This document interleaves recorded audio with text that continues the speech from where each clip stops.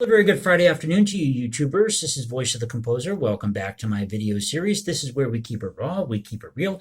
Talked about what it's like to write music as an amateur composer, and if you happen to be an amateur composer, I'd love to hear from you. So please leave comments below. You can click that like button, subscribe, or hit me up on Instagram at hashtag JasonComposes.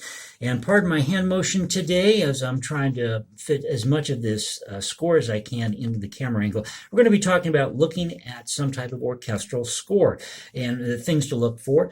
So if you're new to this, this will definitely be a learning experience for you. If you're familiar with music theory and how to read scores, you probably know this already.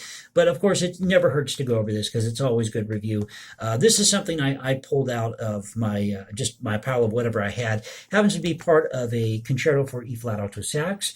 And we're going to take a look at that part of the score here to see where we place the E flat alto sax. It's key because this is a transposing instrument. So we put this up in the key of C major, and this piece is written in E flat. So I transpose 6 steps up. That puts us in C major, and E flat, of course, contains E flat, A flat, and B flat.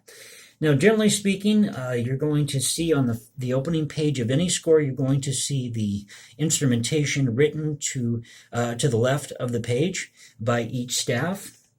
And I'll kind of walk you through these here. The E flat alto sax is always written above, and any solo instrument is always written above the rest of the score. And then we have violin, first and second violin, viola.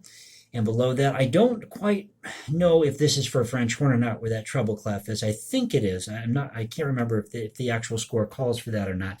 But below that, we have first and second cellos. And let's go through some of the markings on here. You'll note that number at the top of the page.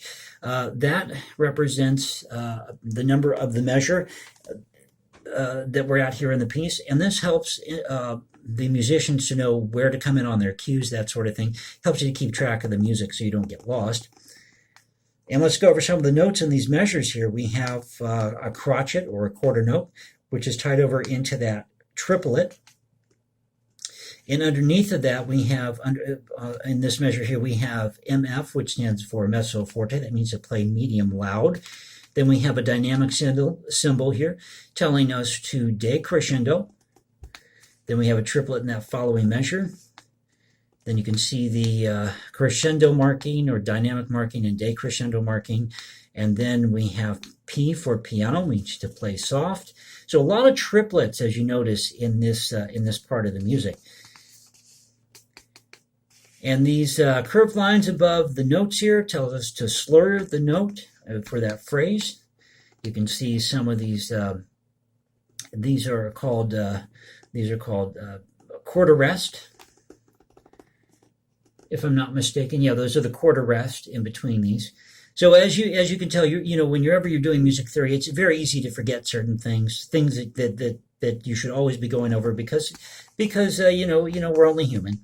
And, when we're writing something, we may forget to put a rest here or there, or, forget to put a note on the correct staff line. I've been guilty of that. So if you want to contribute to this video, please leave comments below and want to hear your intake. What are some of the things maybe you've struggled with looking at a score, especially with transposition and what staff gives you the most trouble when you're reading the score. So leave comments below about that, and you can subscribe. Hit me up on Instagram at hashtag JasonComposes, or click that like button. And I will catch you next time. Just thought we'd take a look at an orchestral score today, kind of get yourself familiarized with how to read it. And then later on, we'll go through finding different chords in a score as well. So thank you for being with me. Hope you enjoyed the video. I'll catch you next time. This is Voice of the Composer saying peace out and have a good Friday, everybody.